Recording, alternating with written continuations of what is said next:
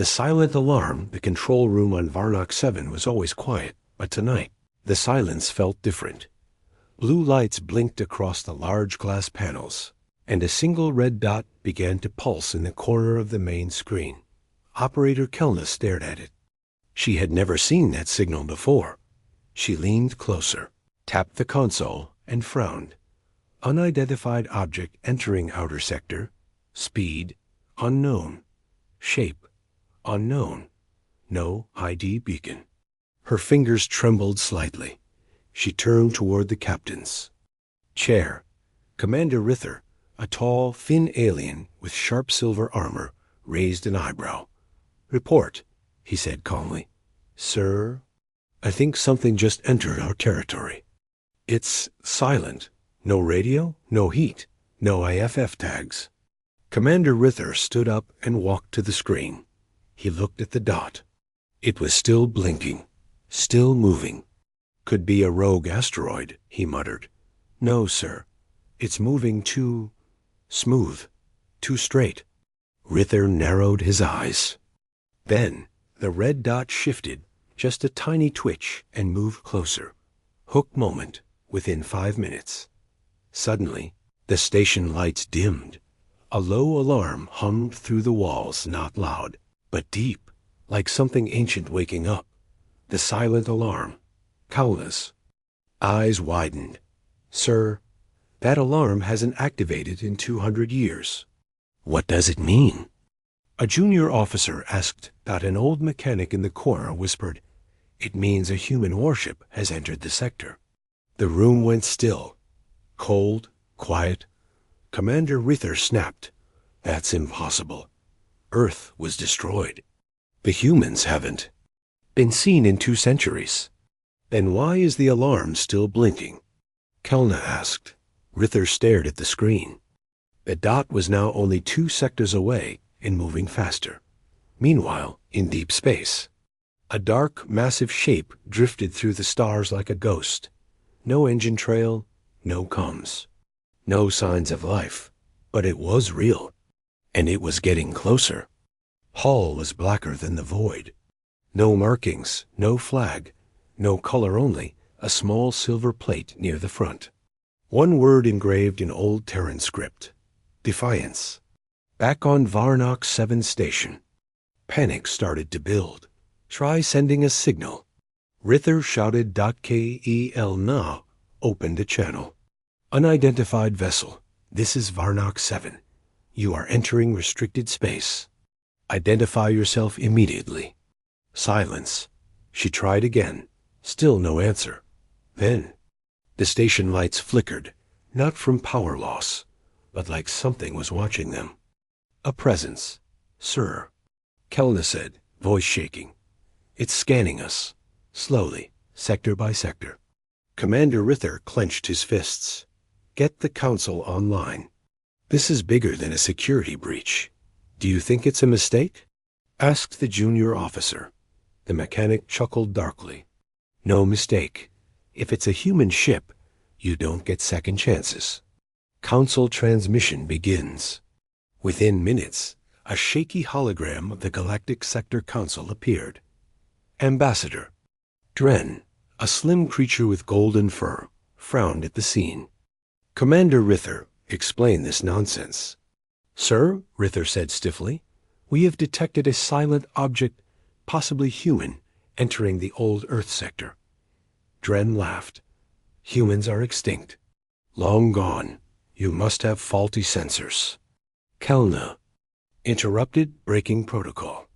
"We triple-checked. It's not a glitch. The ship is real. It's massive." Suddenly, the signal cut. For a brief second, every screen on the station turned black. Then one word appeared in glowing red letters across the entire command center. "Return." Final moments of Part 1. Everyone on the station froze. Even Commander Rither could no longer deny it. The humans were back, and they weren't answering questions. They were coming home. ***. Previously on VARNOX-7. The silent alarm had been triggered. A mysterious human warship called Defiance entered the sector. The alien council laughed until every screen flashed one word: return. Scene begins. Deep Space Archive. Zalari Prime on. A distant moon library called Zalari Prime. An old blind alien named Archivist Morn sat quietly between. Shelves of forgotten war records. Suddenly, the floor beneath him shook. A junior scholar ran in, breathless. Master Morn, a ship has entered the old Earth sector. Morn's wrinkled hands stopped moving. He tilted his head. Does the ship speak? It said only one word: return. The color drained from the scholar's face as Morn whispered, Defiance lives. He stood slowly and walked to the locked vault. Inside lay ancient footage, forbidden even to the council. Flashback, the day of fire. Screen played archived footage from 200 years ago. A peaceful colony Aeronix IV spotted an unknown vessel. In orbit, the aliens sent 12 warships to intercept. None returned. Then came the sound, a deep rumble, like thunder underwater. The sky split open. A single beam of energy from the human warship struck the planet's crust. The screen went white. Aeronix 4 didn't fall in battle, Morn said softly. It disappeared in seconds. The scholar trembled. Why did they do it? They had warned us. We didn't listen. Back to present, Varlock 7 Station Commander Rither stared at the ship now fully visible on long-range scans. No radio signals, no threats. Just steady, cold movement. The ship wasn't heading for a military base. It was heading for a graveyard. That's the old orbit of Earth, Kelna said. Nothing's there anymore. Then why go there? The junior officer asked. Rither didn't answer. Panic on the Council A meeting was called Voices clashed. It's just a ghost ship. No, it's AI controlled. Could humans have survived in secret? Impossible. Earth was destroyed. Then someone showed a live broadcast. A massive crater. Alien wreckage. Symbol: United Terran Fleet. Buried. Under the moon of Rylos 3, a lost human battleship had activated on its own. It sent one message. Signal received. Awaiting Flagship Defiance. Silence gripped the room. Back in space, a foolish mistake a young general, eager to prove himself, sent 4 interceptors to capture the Defiance. They surrounded the warship, powered weapons, and demanded surrender. The Defiance did not reply. Not with words. Instead, it opened one side panel. A light flickered. And then nothing. The 4 alien ships vanished from the radar. No explosion. No sound. Nothing. Commander Rither's voice broke the silence. It didn't even fire weapons. It just erased them. Discovery on the hull drone. Scouts sent a close scan of the ship. The nameplate had changed. It no longer said Defiance alone. Now it read Defiance, Earth-class reclaimer. Mission: reclaim the lost. The aliens finally understood. This wasn't an attack. It was a mission. And the humans were not coming for war. They were coming for what was taken. Final scene of Part 2 Archivist. Morn placed the ancient footage into a sealed box. He looked at the stars and whispered, Echoes from the past have returned, and they bring judgment. Far above, the Defiance slowed, turned, and aligned with the forgotten orbital path around where Earth once stood. As the ship drifted into position, the stars above began to change. Constellations reformed. Not alien shapes, but Terran ones. The galaxy was beginning to remember. Asterisk. Recap of previous events. The human warship Defiance returned after 200 years of silence. It entered the sector without a signal, without a threat, but erased 4 alien ships with no visible weapon. Across the galaxy, fear and confusion spread. Now. The warship finally speaks. Scene: deep orbit near Earth's grave, the Defiance. slowly drifted through the ruins of Earth's old orbit. Dead satellites floated like bones, wreckage from forgotten. Battles spun slowly in the dark. Then something changed. The ship powered up. Its engines hummed, not with fire, but with rhythm. A low, steady pulse vibrated across space. On Varnock 7, Kelna felt it before she saw it. "Sir, I think it's trying to talk." Commander Rither looked up. "Put it on all channels." First contact. After 200 years, a voice crackled through. Every station, ship, and beacon in a 20-sector radius. The voice was human. Male. Calm. Deep. Mechanical, but alive. "This is Earth-class reclaimer vessel Defiance. You have trespassed on what was once ours. You destroyed our home. We have not come for war, but for what you owe." Silence followed. Then the voice added, "Reclamation begins now." Alien panic ensues. Ambassador Dren stared at the broadcast, frozen. "Reclamation? What does that mean?" Kelna whispered, "They don't want territory. They want everything that was stolen. That includes our capital worlds." Rither said slowly, "On over 100 planets, human artifacts stolen long ago began activating. Museums turned into message hubs. Old relics broadcasted coordinates. They all pointed to the same thing. A map. A path. Back to old Earth's heart. Secret observation post. Unknown location far from the war zones. A small observation outpost floated in stealth mode. Inside, a blinded alien priest wept silently. He touched an old human coin, once kept as a trophy. And now glowed in his palm. The humans, they remember, and their machines never forget. What is the Reclamation Protocol? Scholars across the galaxy tried to decode the human warship's words. What was reclamation? A historian named Professor Taldrun uncovered a hidden Terran code buried in a deep archive. He decrypted it. A single sentence appeared. "If we are ever lost, our machines will speak for us, and they will collect every piece of us from the stars." Inside the warship, a living echo camera drone, brave or foolish, managed to enter a damaged side hatch on the Defiance. The footage it sent shocked everyone. Inside was not a machine room. It was a shrine. Walls lined with photos, human families, cities, destroyed planets. In the center sat a suspended cryo pod. Inside lay a human man, eyes closed, breathing slow. A display above his head blinked. Status: recovering. Memory rebuild. 87%. Suddenly, his fingers twitched. And a whisper echoed through the pod's comm system. "Is Earth safe?" Galaxy-wide response: some alien. Empires began preparing for war. Others panicked and tried to evacuate planets with high Terran artifact density. A few began returning human relics quietly, hoping the warship would ignore them. One warlord, desperate, tried to send a fake apology message. The warship didn't reply. Instead, his ship's navigation failed. Then life support. He died in complete silence. The message was clear.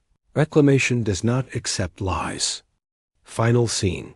The candle that wouldn't die on. An old human. Graveyard, Planet 1. Long forgotten, something strange happened. A small candle, left on a broken tombstone 200 years ago, lit up on its own. The gravestone read, "For those we lost, for those who will return." In orbit above that same planet, the Defiance rotated slightly. Its engines glowed. And the warship bowed, just slightly toward the tomb below. As if it remembered. As if it mourned. As if it forgave. Asterisk. Recap of Part 3. The human warship Defiance finally spoke. "You destroyed our home. We have not come for war, but for what you owe." Across the galaxy, fear spread like wildfire. A sleeping human in a cryopod stirred. The message was clear. Reclamation had begun. Scene begins.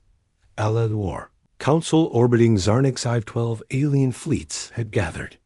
The largest armada since the fall of the Carthan Empire. Generals shouted. Screens flashed warnings. A voice thundered across the command deck. We strike first. That ship is a threat to the galaxy. Some protested. Others wanted peace. But war hunger drowned all logic. Send in the Viper line, barked General Cuthar. 12 ships, full force. No mercy. The Defiance floated silently, deep in the shadow of a dead star. It didn't move. It didn't respond. It just waited. The first strike 12 heavily armed warships jumped into position. They formed a perfect circle around the Defiance. From above, it looked like a net. A trap. Kelna, still on Varnock 7, watched from the broadcast feed. They're surrounding it. Commander Rither whispered, "That's a mistake." Suddenly all 12 ships opened fire. Laser beams. Plasma. Kinetic rounds. Gravity missiles. The space around Defiance lit up like a dying sun. Explosion after explosion. The War Council cheered. Target destroyed. One officer shouted. But then the fire cleared. The ship that didn't blink not a single scratch. Not even a flicker. The Defiance hovered in place. Untouched. The attacking ships paused. One of their captains sent a direct message. What? Are you? No reply came. Instead, the Defiance's hull began to shimmer like it was thinking. Then its lights turned blue. What happened next? Was impossible. One by one, the attacking warships froze in space. Not from damage, but from something deeper. Their time sensors stopped ticking. Crew screamed over the comms. Our clocks are frozen. Engines not responding. Shields collapsing. Then space itself bent. To the watching fleets. The Defiance remained still. But the enemy ships folded inwards, like paper being crushed by invisible fingers. Within 4 seconds, all 12 warships were gone. No explosion. No radiation. Just gone. Galaxy-wide reactions. The War Council fell into chaos. That's not technology. That's sorcery. It controls gravity. No, time itself. We're not fighting a ship. We're fighting Earth's ghost. Kelna turned to Rither. Why didn't it attack the Council itself? Rither nodded slowly. It's sending a message. Don't touch me. Meanwhile, inside the Defiance, inside the cryopod, the humans stirred again. More memories returned. Images of Earth's skies burning. Families running. He whispered through dry lips. We trusted the Council, and they turned their backs. A soft AI voice replied, Reclamation. Phase 2 authorized. Locate memory hubs. Begin truth broadcast. The truth broadcast begins across 37 planets. Old human devices turned on. They began showing archived footage. Peaceful human settlements being bombed by alien fleets. Council members signing secret orders to erase Earth. Alien generals smiling as human refugees begged for help. In one chilling sentence, spoken by a council elder, humanity was never meant to survive the stars. Now the stars themselves remembered. And so did every race watching. Small moment of hope on a small moon. A young alien girl named Yira saw the footage. Her teacher quickly turned it off. That's not real. Humans were violent. But Yira had seen enough. They just wanted to live, she whispered. And we took that away. Final scene. The calm before Phase 2. The Defiance now hovered above a derelict relay station. It sent no more threats. No more destruction. Instead, it sent coordinates. One by one, ancient human ships began awakening across the galaxy. Some were buried in planets, some trapped in asteroid fields. All began broadcasting the same words. Awaiting Flagship. Awaiting Earth's return. Commander Rither stood in silence as the stars lit up with new signals. Kelna whispered the truth no one wanted to say. This isn't a war. This is a homecoming. Asterisk. Recap of Part 4. 12 alien warships attacked the Defiance and vanished. No weapons, no sounds, just space bending around them. The galaxy realized this wasn't war. This was something older. And deep inside the Defiance, the human, in cryosleep, stirred again. Scene. Inside the Defiance, cryocamber core, the ship was silent. No crew. No alarms. Just the steady heartbeat of the core. And the sound of slow breathing. The cryopod cracked open. Steam hissed. A man slowly sat up, blinking under the dim blue lights. He looked young. Mid-30s. Short, dark hair. Pale skin. Cold sweat on his face. A tattoo on his shoulder read, Terran Reclaimer. Captain Elias Rain. Memory sync complete. Status report, he whispered. Voice hoarse. A soft aye voice answered. Captain Elias Rain. Stasis duration, 217 years. Reclamation status. Phase 2 initiated. His face tensed. What year is it? Galactic. Standard.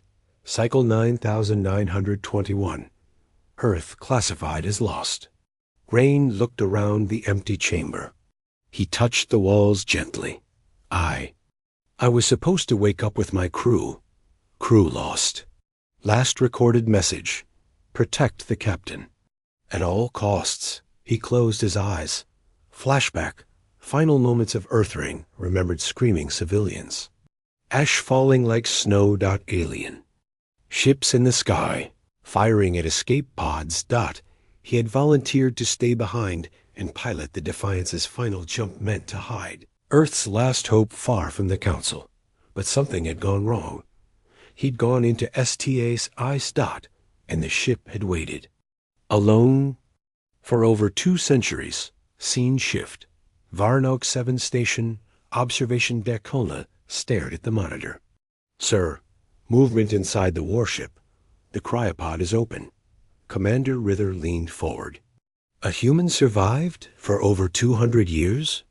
I had been silent until now. Now, it sent a simple, clear message in live broadcast. Reclaimer online. Elias Rain walks the ship. Captain Rain walked the halls of his ship. Photos of his crew still lined the bulkhead. They were gone now. He stood in front of the bridge window and stared into space. He saw the stars, but they looked different. It's not the same galaxy anymore. Then he saw the ruins of Earth's orbit. Where's Earth? The AI answered softly. Classified, 95% surface loss. Council report. Accidental detonation. He clenched his fists. Accident? We begged them to help, and they fired first. A message to the galaxy. Elias Rain took the captain's chair. He spoke calmly, but with fire in his voice. To all who can hear this, I am Captain Elias Rain of the Terran Reclaimer Defiance. I am the last living voice of Earth. 2 centuries ago, we trusted you. You let our planet burn. We don't want revenge. We want truth. Return what you stole. Restore what was lost. Or we will take it back. The galaxy listened. No one spoke. Even the council chambers stood silent. Scientists tried to discredit him across the stars. Alien scientists claimed the human was unstable. Too long in cryo. Maybe a clone. Just an old machine trick. But then something unexpected happened. Old colonies, once thought abandoned, began sending ancient Terran codes. Buried human outposts lit up. Machines activated. Satellites turned. All of them answered with one word. Rain.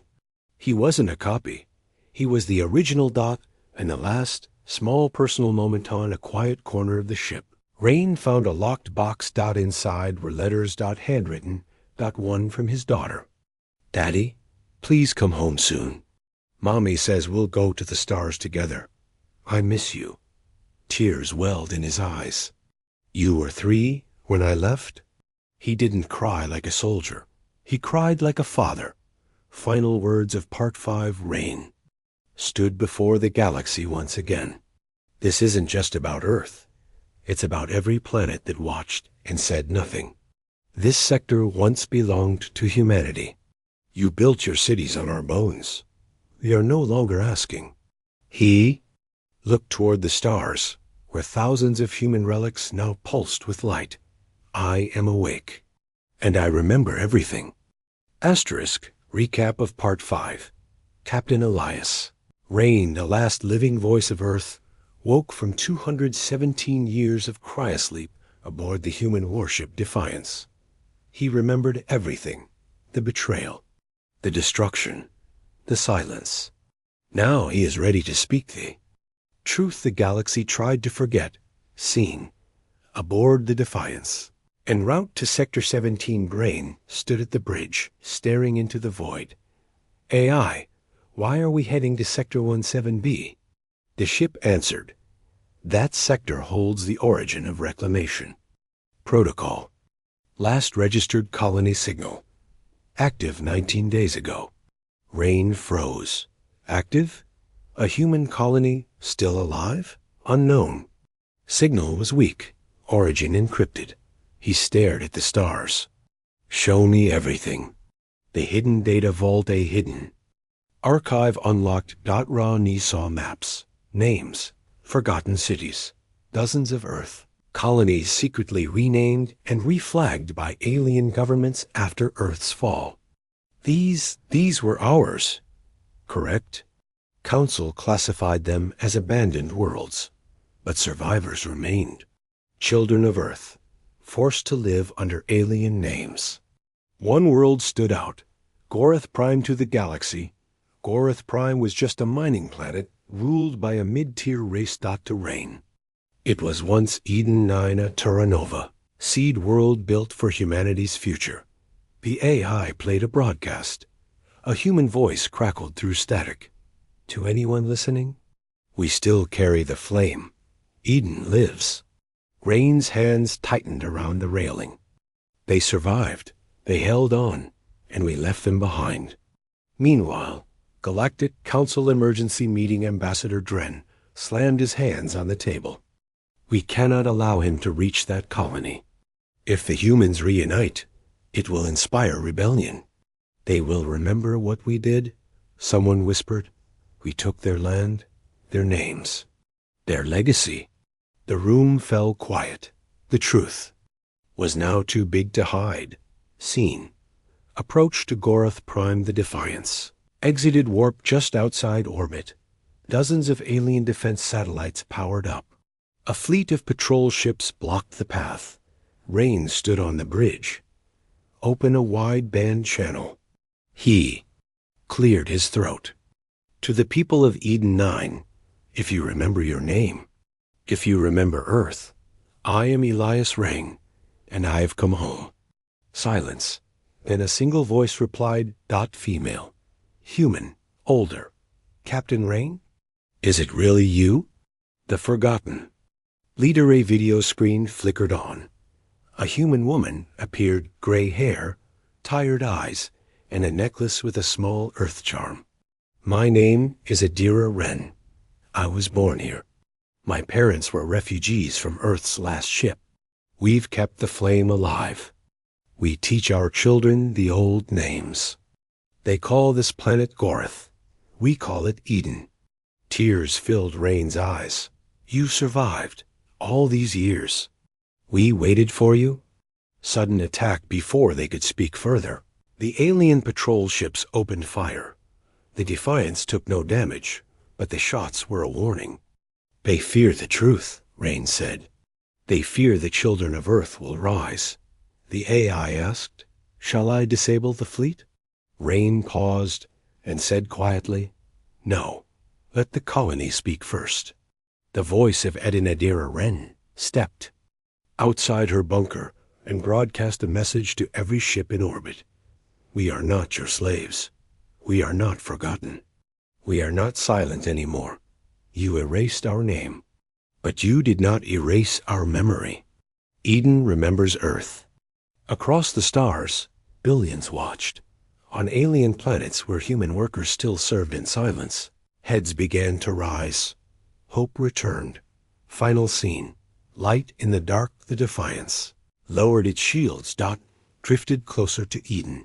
Ships didn't stop. They watched as the last Terran warship reunited with the last Terran colony. Above the planet, a blue beacon lit the sky, an old Earth symbol, pulsing again.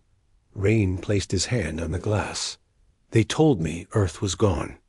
But Earth is still alive inside them. Recap of Part 6. Captain Elas Rain discovered that Gorath Prime was once Eden 9, a lost human colony. The people still remembered Earth, still believed, and when Defiance arrived, the galaxy watched. Humanity was no longer alone. Scene. Orbit over Eden 9. The Defiance hovered above the planet, once stolen from Earth's map. Ra. Nee stood on the bridge, surrounded by old photos, glowing screens, and fading starlight. They erased our name, but not our will. Below, people gathered in the fields, cities, bunkers looking up. Children pointed at the sky. For the first time in generations, a Terran warship watched over them. Across the sector, ancient systems reactivate on distant moons. Ancient human tech woke up. A weather satellite on Drolthus 4 broadcasted the Earth anthem. A broken eye in a scrapyard on Uranus Belt repaired itself and whispered, "Captain Rain." Return protocol active. On a forgotten prison colony, a child drew a blue circle in the dirt. Earth's symbol without ever being taught. The stars were remembering. Colonies rise other renamed colonies began broadcasting. This is Colony 14, real name. Avalon Prime. We remember. We served in silence.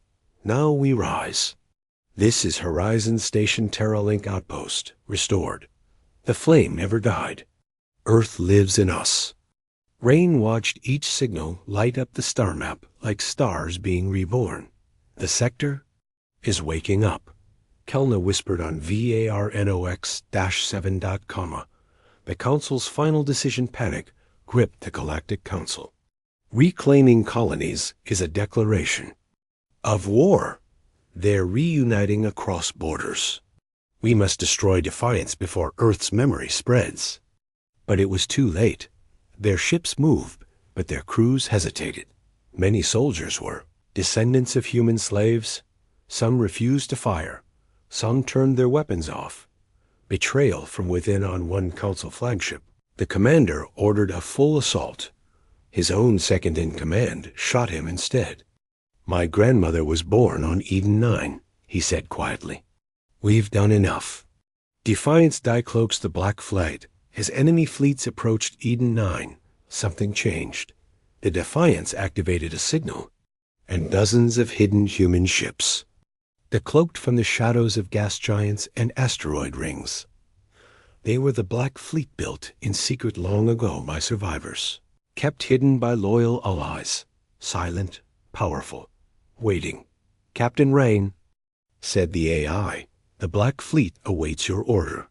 He didn't speak war. He spoke truth. Protect Eden, but no first strikes. Show them who we are. The galaxy's turning point. The enemy fleets paused. So did time. No one wanted the first shot. Then, from the Defiance, a beacon rose. Glowing blue. Spreading across systems. It played one sentence in every known language. We are humanity. We remember. We forgive. But we never forget. And then came the shock. Thousands of smaller ships across the galaxy began changing their ID codes back to terrain roots. Earth was no longer a memory. Earth was becoming a force again. A choice offered instead of demanding surrender. Rain opened a channel. We offer peace. We offer unity. But we will never be erased again. If you wish to be part of a future where Earth is honored, not silence, stand with us. And slowly they did. Fleet by fleet. Planet by planet. Old. Enemies bent the knee. Some even saluted. Final scene. A new dawn. Captain Rain landed on Eden-9. The people stood in awe. Children cried. Elders knelt. A small boy ran forward and touched his hand. You came back, he whispered. Rain smiled. No, we came back. Behind him, the Defiant stood like a mountain of steel and memory, its engines humming with life. Above, the galaxies. Map shifted. A new symbol blinked across the stars. Terran sector reclaimed. Epilogue voiceover for your video ending. They thought Earth was gone. They thought we forgot who we were. But the stars remember. And now, so does the galaxy. We are humanity. And this is only the beginning.